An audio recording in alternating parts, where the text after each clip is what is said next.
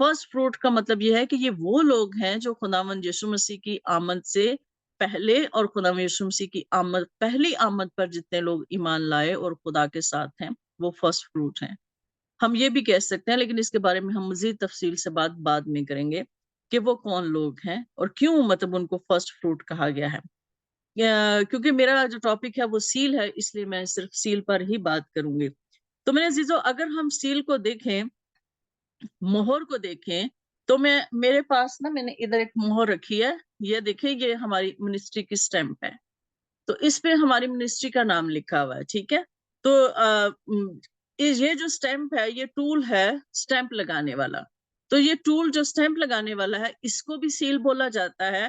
لیکن جب میں اس کو پیڈ پہ کر کے میں کسی بھی لیٹر پہ یا کسی بھی اس پہ جیسے میں اس کو ایسے کروں گی، تو جو بھی جو نشان یا جو مارک یا جو نیم جو ہے وہ پیپر پر آ جائے گا ہماری منسٹری کا، اس کو بھی سیل کہا جاتا ہے، اس کو بھی مہر کہا جاتا ہے. مطلب کہ ہم کہہ سکتے ہیں کہ یہ جو ٹول ہے، یہ بھی سٹیمپ ہے، یہ بھی ٹول ہے، یہ بھی سیل ہے، اور جو میں پیپر پہ لگاؤں گی اور پیپر پہ جو نام لکھا جائے گا وہ بھی سیل ہے. تو اس کا مطلب ہم اس طرح سے سمجھ سکتے ہیں کہ جو ہے، اب ایک چیز میں دکھانا چاہتی ہوں کہ یہ دیکھیں، اس پہ کس کا نام لکھا ہوا ہے؟ اس پہ ہماری منسٹری کا نام لکھا ہوا ہے. ہولی سینکچوری منسٹری جو ہے اس کا لکھا ہوا ہے. اور اس پہ مطلب نیچے ہمارا جو ہے وہ گھر کا ایڈریس بھی لکھا ہوا ہے کہ یعنی یہاں پر یہ منسٹری جو ہے موجود ہے. اور یہ میں نے یہ دیکھا ہے کہ یہ ربر پر بھی ہے، اور یہ پیچھے اس کی ووڈ ہے. ووڈ پر بھی اس کو نیم کو جو ہے وہ گریو کیا گیا، یعنی اس کو کیا گیا. اور کچھ سٹیمپس ایسے ہوتے ہیں جو پرانے زمانے میں ہم دیکھتے تھے کہ لکڑی کے اندر اس کو کھود کے، یعنی اس کو اندر جو ہے گریون کر کے اس کو جو ہے اس کے اندر سٹیمپ جو ہے وہ تیار کی جاتی تھی. اس کے ہم یہ کہہ سکتے ہیں کہ یہ پتھر پہ بھی تیار کی جاتی ہے، پتھر سے بھی، اور لکڑی سے بھی جو ہے اس پر جو ہے وہ نام کندہ کیا جاتا ہے. اور اس سٹیمپ پر میں نے جیسے بتایا کہ یہ ہماری منسٹری کا نام لکھا ہے، تو اٹ مینس کہ یہ اونر کا نام لکھا ہے، اور میں اس کی ملکیت، میری یہ ملکیت ہے، اور جو ہے میری پوزیشن ہے، اس کو میرے علاوہ کوئی یوز نہیں کر سکتا. ٹھیک ہے. اور میں نے اس کو بڑا سنبھال کے اس کو میرے لاکر میں رکھا ہوا ہے، تاکہ جو ہے اس کو میرے علاوہ کوئی یوز نہ کر سکے. اور مجھے اس کو تب تک اس کو مطلب اس کی حفاظت کرنی ہے جب تک میں موجود ہوں، تاکہ کوئی بھی جو ہے کوئی ایسا انلیگل کام یا کوئی ڈاکومنٹ تیار کر کے وہ ہمارے جو ہے وہ سٹیمپ نہ لگا سکے ہماری منسٹری کی. تو اس لیے مجھے اس کو لاکر میں رکھنا پڑتا ہے. یعنی کہ جو ہے یہ میرے نام سے ہے، اس کو ہم کہہ سکتے ہیں. اور کنفرمیشن آف پوزیشن، میں نے جیسے کہا کہ یہ میری ملکیت ہے. جب ہم سٹیمپ کو تیار کرتے ہیں تو اس کا مطلب ہے کہ یہ منسٹری میرے سے بلونگ کرتی ہے، اور میں منسٹری کی اونر ہوں، اور میں نے اس کو تیار کیا ہے، اور صرف میں ہی اس کو یوز کر سکتی ہوں. یہ میری پوزیشن یا میری ملکیت کی کنفرمیشن ہے. اس کے بعد ہم یہ دیکھتے ہیں کہ میں نے جیسے آپ کو بتایا ہے کہ اگر ہم فزیکلی دیکھیں تو اس کو جو ہے یا تو لکڑی پہ یا پتھر پہ اس کو بنایا جاتا ہے، اور اس کے اوپر اس کا نام لکھا جاتا ہے جس شخص کی سٹیمپ ہوتی ہے، اور جو سیل ہے وہ لگائی جاتی ہے، سٹیمپ لگائی جاتی ہے. ہم اس کو سٹیمپ بھی بولتے ہیں. لیکن اگر ہم یہ دیکھیں اس کا اسپرچولی اگر ہم مطلب دیکھیں تو میرے عزیزو، ہم نے پہلے بھی آپ کو بتایا کہ لکڑی ہو، درخت ہو، لکڑی کہاں سے آتی ہے؟ درخت سے آتی ہے. پتھر، میں نے پہلے پچھلے کلام میں ہم نے بتایا کہ پتھر کون ہے؟ پتھر پرسن ہے، پتھر انسان ہے. اور لکڑی بھی جو ہے درخت سے نکلتی ہے، تو درخت بھی انسان کو ظاہر کرتا ہے. ہم نے کلام میں یہ سیکھا ہے. اس کے بعد جو ہے اور اس کا جو آگے نام جو لکھا جاتا ہے جس بھی شخص کا، اس کا اسپرچل نیم لکھا جاتا ہے. مطلب اگر میرا نام فزیکلی میرا نام نسرین اختر ہے، تو ہو سکتا ہے کہ اسپرچولی ریلم میں ہم کہہ سکتے ہیں کہ خدا کی بادشاہی میں ہو سکتا ہے کہ میرا نام کچھ اور لکھا ہو. خدا کی بادشاہت میں میرا نام کیا ہے یہ میں نہیں جانتی، لیکن خداوند کہتا ہے کہ میں تمہیں نیا نام دوں گا. اس کے بعد ہم یہ دیکھتے ہیں جیسے کہ یوحنا کی انجیل میں سے ہم پڑھتے ہیں، یوحنا کی انجیل میں اس کے پہلے باب میں یہ ہم نے ورس بہت دفعہ پڑھی ہے کہ ہم سب جانتے ہیں کہ خدا کون ہے؟ خدا کلام ہے. جب خدا کلام ہے تو ہم یہ کہہ سکتے ہیں کہ ابتدا میں کلام تھا، اور کلام خدا کے ساتھ تھا، اور کلام خدا تھا. تو خدا کی پہچان کیا ہے؟ خدا کی پہچان خدا کا کلام ہے. یعنی خدا کو کس نام سے پہچانا جاتا ہے؟ کلام سے پہچانا جاتا ہے، ورڈ سے پہچانا جاتا ہے، یعنی اس کے کلام سے پہچانا جاتا ہے. اس کے بعد اگر ہم دیکھیں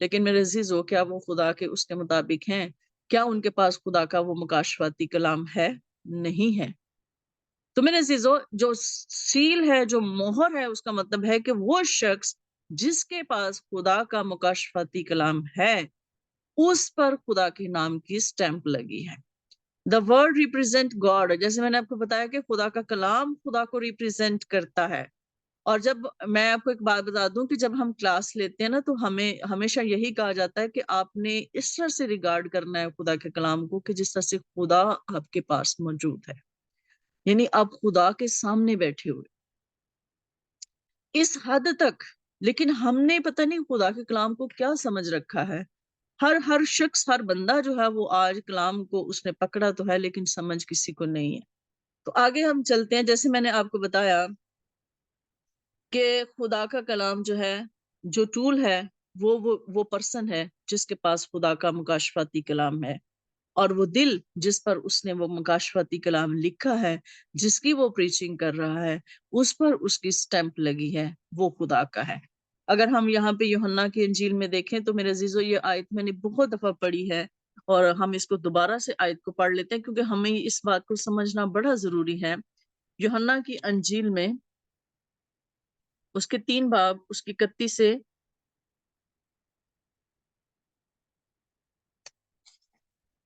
جو 31 سے میں 33 آیات تک پڑھوں گی، اس میں یوں لکھا ہے، جو اوپر سے آتا ہے وہ سب سے اوپر ہے، جو زمین سے ہے وہ زمین ہی سے ہے اور زمین ہی کی کہتا ہے، جو آسمان سے آتا ہے وہ سب سے اوپر ہے، اور جو کچھ اس نے دیکھا اور سنا اسی کی گواہی دیتا ہے، اور کوئی اس کی گواہی قبول نہیں کرتا۔ جس نے اس کی گواہی قبول کی اس نے اس بات پر مہر کر دی کہ خدا سچا ہے، کیونکہ جسے خدا نے بھیجا وہ خدا کی باتیں کہتا ہے، اس لیے کہ وہ روح ناپ ناپ کر نہیں دیتا۔ یہ میں نے 34 آیت پڑھی ہے، لیکن ہماری آیت جو ہے یہیں تک ہے کہ جس نے اس کی گواہی قبول کی اس نے اس بات پر مہر کر دی کہ خدا سچا ہے۔ اس نے اس بات پر سیل کر دیا، اس بات کو اس نے اس بات پہ سٹیمپ لگا دی کہ خدا سچا ہے۔ کون؟ اب ایک چیز یہاں پہ قابل غور ہے، میں نے آپ کو ہمیشہ بتایا کہ خدا کو نان بلیورز یا جو دنیا کی جتنی قومیں ہیں خدا کو ان سے کوئی سروکار اس طرح سے نہیں ہے۔ خدا ہمیشہ کلام اپنے لوگوں سے کرتا ہے، اپنے لوگوں سے کلام کرتا ہے۔ اگر ہم یہ کہیں کہ خدا جو ہے اپنے لوگوں سے کلام کرتا ہے تو خدا اپنے لوگوں کے اندر جو غلط باتیں ہوتی ہیں خدا ان کو بھی جج کرتا ہے اور خدا ان کو بھی بیان کرتا ہے۔ کبھی آپ نے دیکھا ہے کہ کلام میں خدا نے جو ہے یہودیوں کے علاوہ بات کی ہو، یا خدا نے کلام جو ہے اپنے بندوں کے وسیلہ سے یہودیوں کے علاوہ کسی اور سے بات کی ہو؟ اور جب خدا یسوع مسیح آئے تو خدا یسوع مسیح نے ہمیشہ اپنے شاگردوں سے بات کی اور بلیور سے بات کی ہے۔ لیکن یہاں پر ایک چیز یہ بات قابل غور ہے کہ یہاں پہ لکھے جو اوپر سے آتا ہے وہ سب سے اوپر ہے، جو زمین سے ہے وہ زمین ہی سے ہے اور زمین ہی کہتا ہے۔ تو میرے عزیزو ہمیں یہ صرف، ہم یہ نہیں کہتے کہ یہ صرف ابلیس کے لیے لفظ استعمال کیا گیا کہ جو زمین سے ہے وہ زمین ہی کہتا ہے۔ اس کا مطلب یہ ہے کہ جو اوپر سے ہے، خداوند یسوع مسیح سے جو انسٹرکشن لیتا ہے، وہ اسپرٹ جو خداوند یسوع مسیح کی اسپرٹ ہے، جو خدا کے تخت کے سامنے کھڑی ہیں، جو شیپرڈ یا جو چرواہا، جو پاسٹر خدا سے، خدا کے روح سے، خداوند یسوع مسیح کے روح سے، جو روح اسپیشل اس کے لیے مقرر کی گئی ہے، اس سے اگر وہ ہدایت لے رہا ہے تو وہ اوپر کی باتیں کرتا ہے۔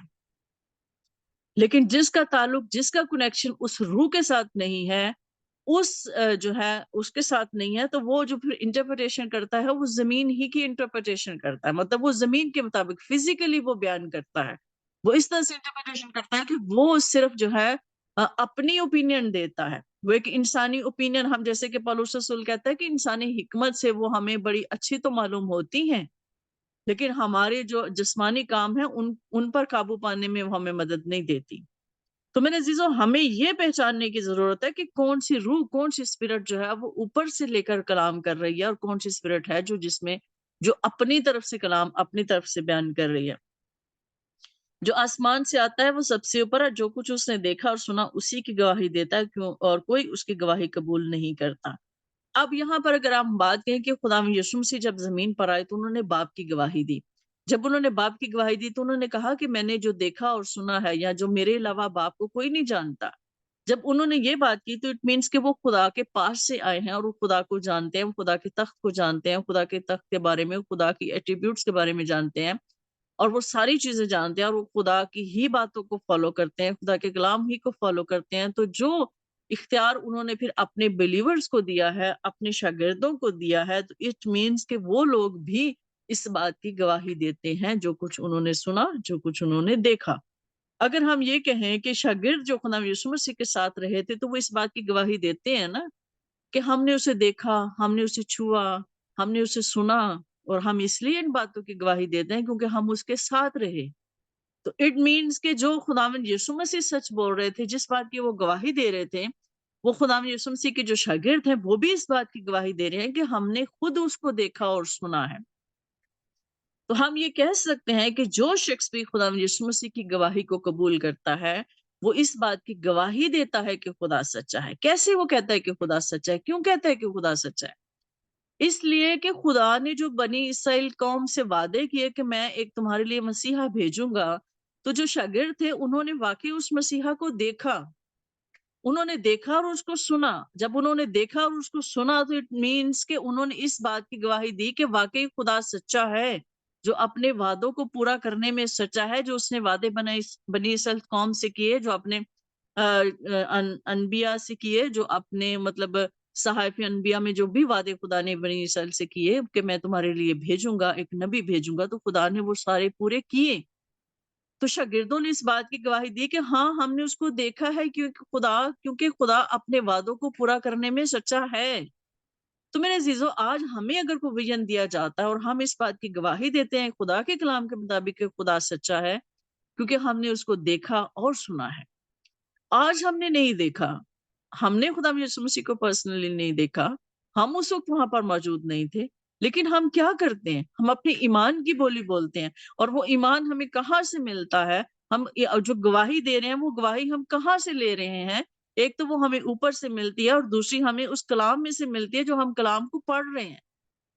جب ہم ایمان رکھتے ہیں کلام سچا ہے، خدا سچا ہے، اور جو کچھ اس کلام میں لکھا ہے وہ پورا ہوگا، جیسے کہ ہم نے دیکھا کہ پورا ہوا، پہلی آمد پر پورا ہوا، اور اب جو دوسری آمد کے بارے میں لکھا گیا ہے وہ بھی پورا ہونا ہے۔ تو گواہی دینے والے کون ہوئے؟ ہم ہوئے نا۔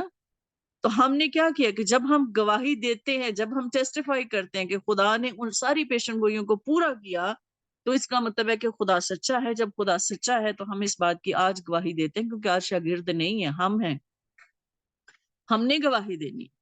یوحنا جو ہے اس نے مکاشفہ میں دیکھا، خدا نے اس کو ویژن دکھائے، لیکن وہ ویژن بھی خدا نے اس کو اپنی طرف سے، خدا نے اس کو سارا کچھ کھول کے دکھایا، لیکن وہ سب کچھ کھلا ہوا نہیں ہے،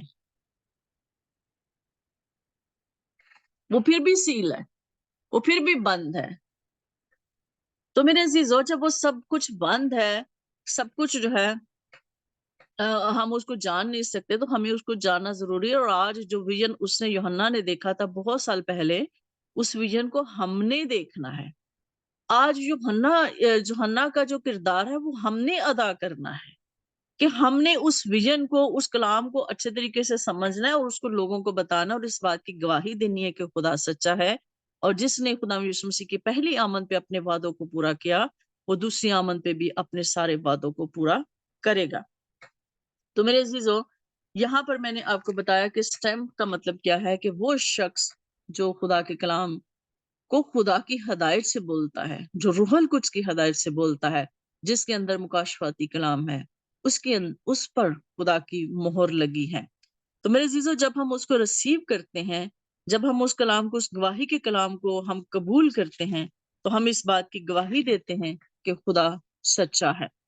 جیسے کہ میں نے آپ کو، اگر میں ایک ہی حوالہ یہاں پہ آخری پڑھوں گی، عبرانیوں کے خط میں یوں لکھا ہے،